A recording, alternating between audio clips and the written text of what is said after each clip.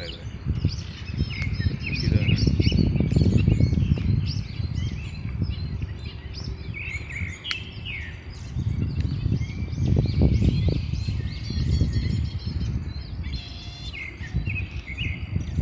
ಏನೇನು ಪಕ್ಷಿಗಳು ಇದಾವಲ್ಲ, ನೋಡ್ತಾ ಇರೋದು.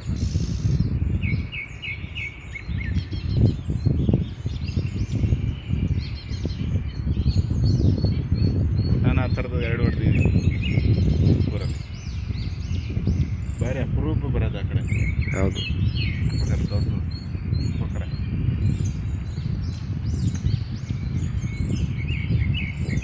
ನೆಡ್ಕೊಂಡು ಹೋಗ್ತಾ ಇರೋದಲ್ಲ ಅದು.